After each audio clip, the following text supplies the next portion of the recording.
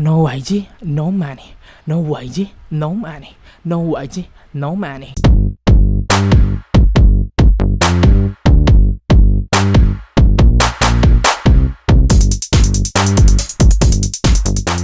Hai guys, di video kali ini gua mau membahas beberapa hal yang cukup mengganggu akhir-akhir ini.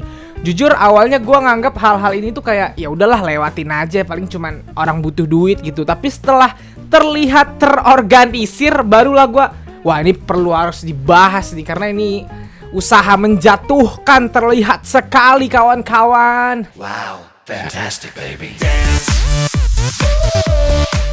Oke, langsung aja kita ke pembahasan pertama. Pembahasan pertama adalah berita di mana G-Dragon dianggap tidak mengurus anjingnya Gaho dengan baik. Oke, jadi di berita ini dikasih tahu bahwa kuku kakinya anjingnya Jidi yang bernama Gaho itu panjang dan dianggap Jidi tidak merawat Gaho dengan baik gitu. Yap, beritanya bukan Jidi tidak ngasih makan, bukan Jidi menyiksa, bukan Jidi menelantarkan atau membuang anjingnya, tapi karena kuku kaki anjingnya Jidi panjang.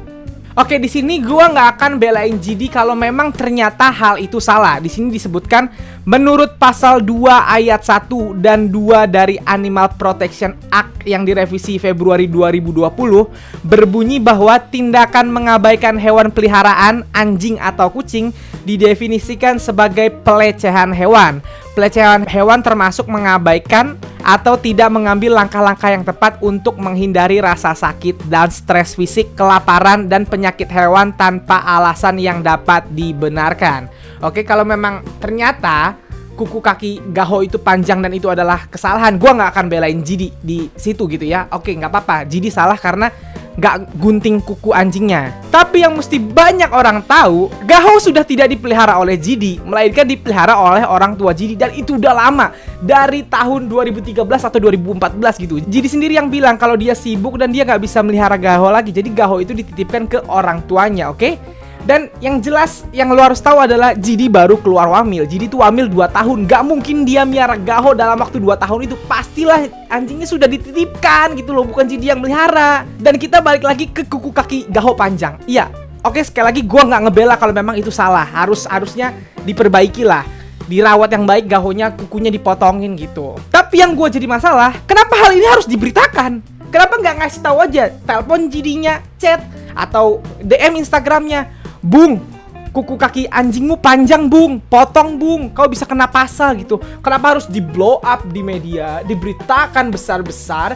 supaya semua orang tahu dan ujung-ujungnya pasti menghujat Jidi. Padahal ini kan urusan pribadi Jidi, ini kan anjingnya Jidi, bukan anjing orang yang disiksa sama Jidi gitu loh. Gua gemes tau gak, aneh.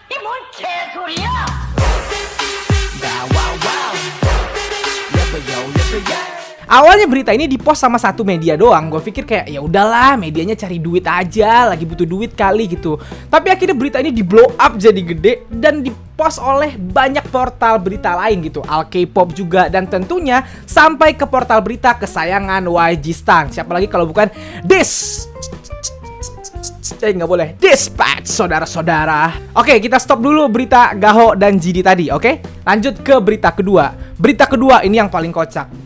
Koreabu nih, gue sebut aja portal berita Koreabu, tiba-tiba memposting berita tentang kumpulan skandal yang pernah dilakukan oleh member Big Bang. Gak ada angin, gak ada hujan, tiba-tiba dia memblow up berita seluruh skandal yang pernah dilakukan oleh member Big Bang. Nice. Sekali lagi awalnya gue nganggap ini ya udahlah berita cari duit gitu. Tapi kalau lo buka isinya cukup menyebalkan. Dia menyebutkan banyak skandal Big Bang dan gue mengaku itu memang itu skandal yang gue pun tahu sebagai VIP. Tapi ada satu yang cukup menyebalkan. Portal berita ini menyebut bahwa pernikahan Taeyang juga skandal. Taeyang menikahi Min Hyorin, menghalalkan anak orang, direstui oleh fansnya. Semua senang, tidak ada skandal apa-apa, bener-bener menikahi anak orang, peristiwa baik, dan itu dimasukkan dalam skandal di berita ini. Ada apa? Aneh kan? Kocak banget ini portal berita.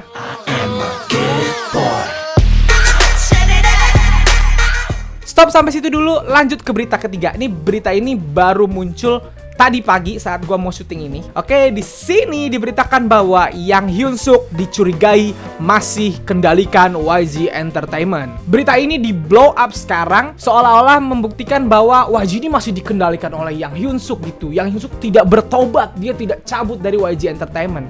Gua lucu karena kayaknya semua orang pasti yakin seperti itu tanpa harus diberitakan dah. Yang Hyunsuk nih yang mendirikan YG, dia yang bangun YG dari YG 0 gitu. Terus dia kena skandal sekarang hanya karena kena skandal terus tiba-tiba dia cabut aja gitu dari YG, gak ada ngurusin YG lagi. Ya nggak mungkin lah. Gua sendiri, gue yakin YG-san semua tahu, semua fansnya artis YG tahu pasti Yang Hyunsuk tuh masih megang kendali, masih banget. Di comeback Icon kemarin, di comeback Winner, di comeback Blackpink masih terasa banget sentuhannya si Yang Hyunsuk ini. Kita tahu CEO YG memang sudah ganti jadi CEO Hwang, cewek nih sekarang. Tapi gue yakin proses seni dan kreatifnya masih dipegang Yang Hyunsuk. Si CEO yang baru ini tugasnya adalah di PR dan marketing gitu. Dan menurut gue sekarang terlihat perubahannya dan bagusnya gitu. Di seni tetap kita ngerasa vibe YG-nya. Lagu Blackpink sekarang, lagu Winner, lagu Icon masih terasa banget kualitasnya. Dan gue yakin yang mengatur itu semua masih Yang Hyunsuk, masih atas persetujuan Yang Hyunsuk itu dirilis atau enggak. Tapi yang bagusnya karena CEO-nya sekarang adalah yang cewek ini, kayaknya dia lebih fokus ngurusin PR, relationship publiknya sama marketingnya gitu. Jadi sekarang YG lebih cepat dalam mengambil tindakan. Kayak kemarin waktu postingan feed IG YG Entertainment yang dianggap mendiskreditkan Jisoo gitu, langsung dirubah feednya. Yang terbaru soal patung Ganesha di MV How You Like That bagian Lisa yang ternyata sekarang sudah dihapus. Dan itu masih ajaib buat gue karena gue YouTuber, gue tahu fitur editing video, tapi gue nggak tahu kalau bisa ngilangin gambar itu gimana caranya tuh. Cuman YG Entertainment tuh pihaknya yang bisa, nggak tahu gimana caranya. Nice. Dan yang harus patut diacungi jempol adalah cepet banget sekarang PR-nya YG bergerak gitu menanggapi kritik. Nice, sekali lagi nice.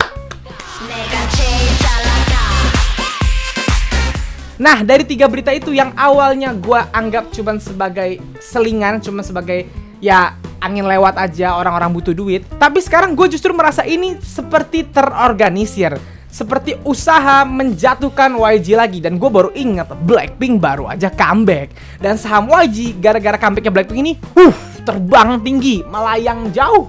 Dan hal tersebut tentunya membuat mereka ini meradang. Musuh-musuh YG kembali. Caranya adalah membuat berita-berita seperti ini. Yang patut kita syukuri, artis YG sekarang udah nggak ada yang aneh-aneh, nggak ada yang bikin skandal lagi. Utamanya sekarang comeback Blackpink. Member Blackpink tuh nggak bisa disentuh karena ya mereka dijagain dengan baik gitu. Nggak ada skandal yang bisa buat menjatuhkan comeback Blackpink ini. Akhirnya dikeluarkan berita-berita macam ini, berita-berita jadul, berita-berita gak penting yang di-up lagi cuman buat nurunin hype dari comeback Blackpink ini. Kenapa yang dipilih G-Dragon? Kenapa yang dipilih Big Bang? Kenapa yang dipilih Yang Hyunsuk? Karena 3 nama yang gue sebut tadi adalah nama terbesar di YG yang kemungkinan bisa men-take down hype-nya Blackpink. Pikir mereka mungkin seperti itu. Tapi sorry Ferguson, tidak mempan. Comeback Blackpink terlalu hype, terlalu bagus untuk kalian jatuhkan. Sian deh lu. Look at you now, look at me. Look at you now, look at me. Look at you now, look at me. How you like? So ya, untuk menutup video kali ini gue cuma mau ngasih pesan kepada kalian semua YG Stan, Blink, VIP, Iconic, Inner Circle, Akmu fans, Blackjack, everything pokoknya yang ngefans sama artis YG. Kalau ada berita kayak gini lagi selama comeback artis YG, satu yang harus kalian lakukan, tidak usah diapa-apakan, tidak usah diklik, tidak usah dipedulikan, karena itu hanya akan menghasilkan traffic kepada mereka. Bodoh amatin aja. Ketahuan banget media-media ini berusaha menjatuhkan tapi berusaha mencari duit juga di saat yang bersamaan gitu. Jadi ya kacangin aja, oke? Nah, segitu aja video gua kali ini. Kalau suka video ini silahkan like dan share ke teman-teman K-popers, utamanya para YG Stan Indonesia. Kalau mau kenal gua, lo bisa follow gua di Instagram. Dan kalau belum subscribe channel gua, silahkan di subscribe. Sekian dari gua, bye.